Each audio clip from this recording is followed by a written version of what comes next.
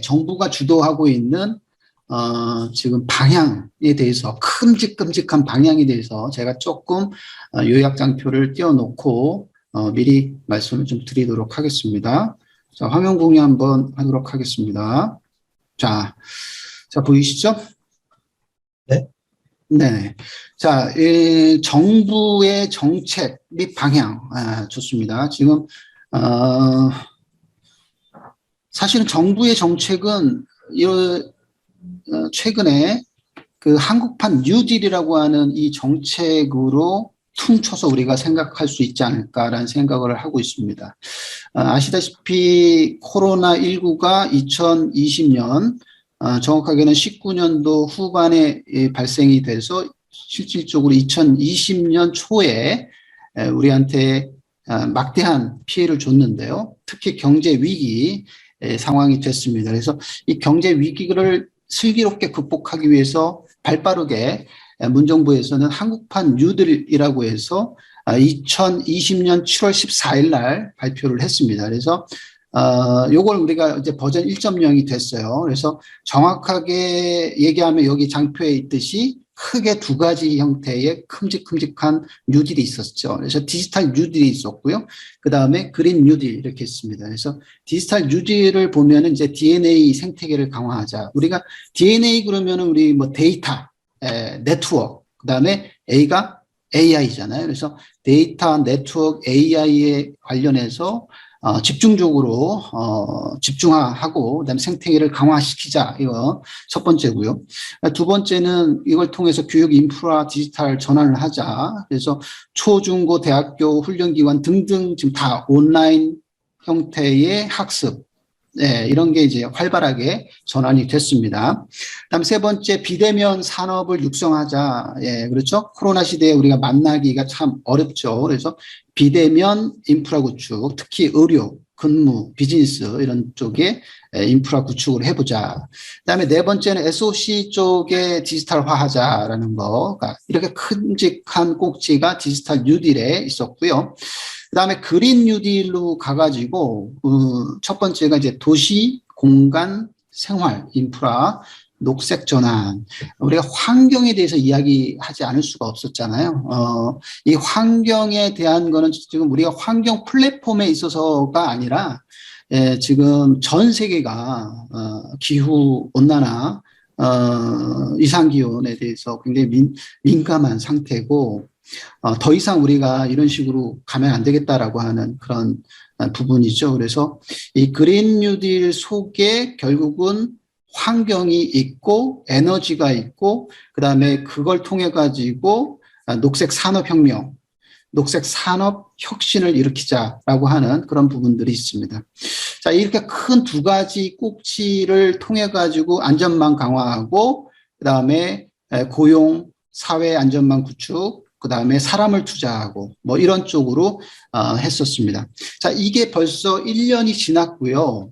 1년이 지나고 바로 2021년 올해죠. 올해 7월 14일 버전 2가 나왔습니다. 한국판 뉴딜 2.0 해가지고 나왔죠.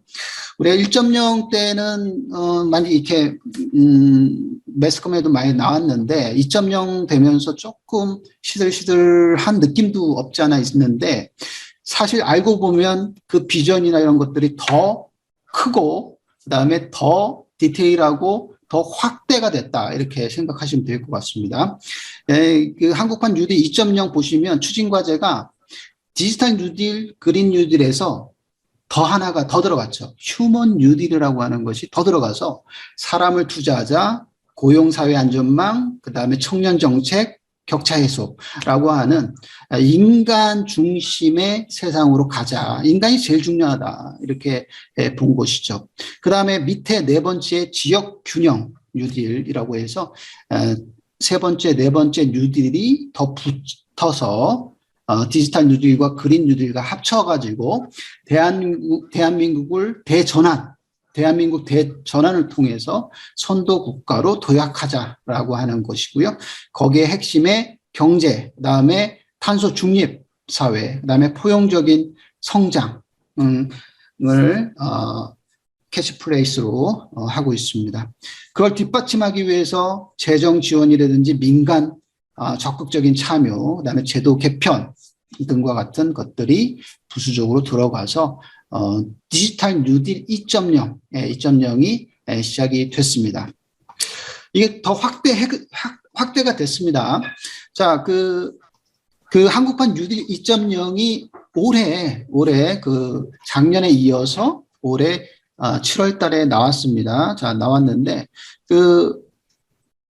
교수님 어떻게 보시나요? 지금 그 한국판 뉴딜하고 그다음에 내년도에 그 대통령 선거가 또 있지 않습니까? 그래서 그런 부분들이 정치적으로나 그다음에 여러 가지로 봤을 때 정부의 그 이 한국판 뉴딜 정책이 실제로 정부의 큰 정책인 거는 확실한데 이 부분에 대해서 이게 쭉 어떻게 잘 갈 수 있는지 그런 부분들도 궁금하고 그다음에 우리가 이 뉴딜 네 가지가 더 붙은 거에 대한 어떤 그런 이유가 있을까요? 지금 2.0, 1.0에서 1.0에서 2.0으로 이게 지금 진보가 되고 있는데 뭐 특별한 차이가 있는지 뭐 이런 것들에 대해서 한번 그냥 생각을 한번 해주시죠.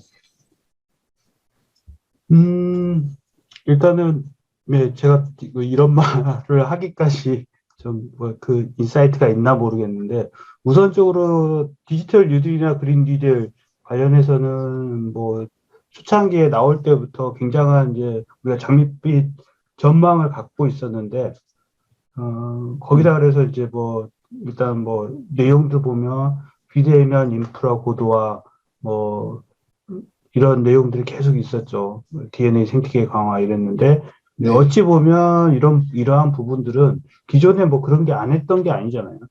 했던 네. 걸 좀 더 강화한다는 그런 차원에서 했었는데 이제 문제는 이제 작년부터 코로나가 시국으로 들어가면서 이 이제 오히려 정부의 뉴딜 정책을 오히려 더 지원해주는 가속화 시켜버린 거죠. 오히려 네. 일단은 뭐 이 코로나 이 환경이 오히려 디지털 뉴딜이나 그린 뉴딜을 앞당겼다 이런 생각이 들고요. 네네. 그리고 거기다 이제 메타버스 뭐 이런 네. 거 얘기할 때는 뭐 메타버스라는 게 뭐 갑자기 튀어나온 것도 아니고 과거부터 있었는데 이제 새롭게 이제 용어를 정의하고 코로나 시국이 되면서 또 이제 또 가상 환경 자체에 대해서 또 이쪽을 활용을 해보자 하면서 이제 딱 했는데 좀 약간 좀 그렇습니다. 일단 우리가 이제 이게 트렌드이기 때문에 이제 우리가 바람이 불면 또 네. 네. 칼춤을 한번 쳐줘야 되는 게 맞긴 맞는데, 이게 아무래도 이제 어느 순간 또 시들해지지 않을까, 이런 생각이 들고요. 지금 메타버스하고 신규로 된 탄소 중립, 이런 거는 네. 전부 다 이제 또 세계적인 기류잖아요. 그리고, 네, 맞아요. 코로나 되면서 이제 이제 고용 쪽이 굉장히 망가졌잖아요. 오히려 이제 그렇죠. 지금 소상공인이나 우리 저소득층 일용직들은 굉장히 일자리가 더 없는 거죠, 지금. 네. 특히 이제 오프라인 쪽에서 해야 되는 네네. 이런 쪽에서는 굉장히 힘든 시기가 된 거죠. 더군다나 이제 사람들이 많이 만나고 이제 그런 부분들이 격차 해소 쪽인 측면이고요. 더군다나 이제 정부의 부동산 정책이나 뭐 이런 거 종합적으로 했을 때 격차가 굉장히 지금 많이 벌어졌잖아요. 네. 그런 측면에서 이런 자세히 있는 내용은 제가 보지는 않았는데 격차 해소라는 부분. 근데 네. 이제 우리가 격차 해소라는 거는 예전부터 정보화 격차, 소득 뭐 당연하게 그 인지가 됐고 거기를 어떻게 해소하자 이런 거였는데 이 내용들이 이제 조금 더 깊이 있게 봐야 되는데 우선적으로는 그런 측면이 강하고 이제 청년 정책 이런 것도 이제 우리나라가 고령화 사회에 접어들었잖아요. 네네. 속된 말로 나이 든 사람들은 일하고 젊은 사람들은 놀고 있는 이런 이상한 게 된 거죠 지금. 그래서 이런 부분들에 대해서 이제 굉장히 좀 심각한 상황이 돼 있는 겁니다. 그래서 이 부분에 대해서 이제 어떻게 할 건지가 이제 뭐 이런 뭐 휴먼 뉴딜뿐만 아니라 이건 지금 이제 앞으로 정부가 해 나가야 될 정책 방향인 거겠죠. 지금 초고령화잖아요. 지금 뭐 우리나라는 네네. 그 출산율이 엄청나게 지금 떨어져 이제 그렇죠. 저희도 노력을 해야 되는데 출산율이 엄청 떨어져서 더 한 명씩 더 낳아야 되죠. 지금 1인당 1인당 한 명은 이상은 낳아야지 좀 되는데 지금 뭐 이제 안 되니까. 그래서 휴먼 뉴딜이라는 게 뭐 이게 말이 휴먼 뉴딜이지 당연하게 가져가야 되는 거 아닌가 이렇게 생각하거든요. 그래서 뭐 이게 좀 약간 휴먼 뉴딜은 또 이제 내년 대선을 겨냥해서 하지 않았나. 그리고 이제 문제는 이제 내년에 가면 어느 정권이 오느냐에 따라 또 이제 이 부분은 완전 좀 뒤집어지는 경우도 발생을 하겠죠. 네. 그래서 현 정부의 가장 큰 정책이잖아요, 이게. 근데 내년에 이제 정권이 바뀌면 완전히 또 달라질 수도 있으니까. 그런데 뭐 지금 휴먼 뉴딜이나 이런 부분은 굉장히 우리가 다 같이 공감을 하고 있는 그런 정책적인 내용인 것 같습니다. 네. 2020년 지금 1.0 버전에서 이렇게 마련한 것을 2.0으로 버전 업그레이드 하면서 새로운 뉴딜이 또 플러스 알파가 됐고요. 지금 1.0에서가 2025년까지 160조를 재정을 투자하겠다. 국비, 이렇게 해서 국비는 114.1조 원 플러스 해가지고 했는데, 이게 더 확대가 됐다고 얘기를 하고 있습니다. 그래서 휴먼 뉴딜, 그다음에 지역 균형 뉴딜 이쪽으로 좀 더 들어간 것 같아요. 그래서 과거에 이제 정부 주도의 참여뿐만 아니라 민간이 주도하는 그런 형태의 참여가 많이 이루어질 것으로 보고 있어요. 그래서 매칭 펀드라든지 이런 것들도 더 활성화되는 추세인 것 같아요. 그래서 R&D 같은 경우나 그 다음에 새롭게 이 어떤 사업을 하는 데 있어서 민간의 펀드가 주도가 돼서 이렇게 가는 형태도 굉장히 그 육성을 하려고 하는 것 같습니다. 근데 이제 그 내년도 3월 달에 정권 이제 그 대선이 있고요. 그래서 어떻게 될지 모르겠지만 일단은 지금 나와 있는 후보들이 그 대통령 후보들을 봤을 때 그 4차 산업혁명에 대한 인식, 그 다음에 그게 중요하다라는 인식은 다 가지고 계신 것 같아요. 그래서 특히 이제 데이터의 인식, 그다음에 AI와 같은 여기 DNA라고 이야기를 했고, 어떤 분들은 뭐 ABC 뭐 이런 얘기도 하고 있고요.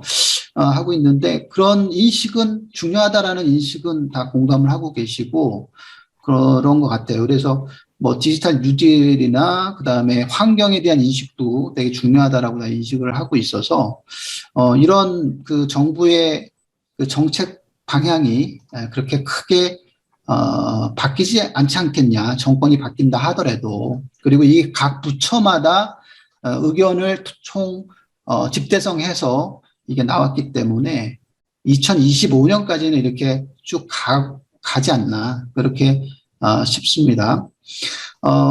그 기업에서 보는 그 한국판 뉴딜에 대한 체감 이런 건 사실 별로 있나요, 없나요? 이게 별로 없죠.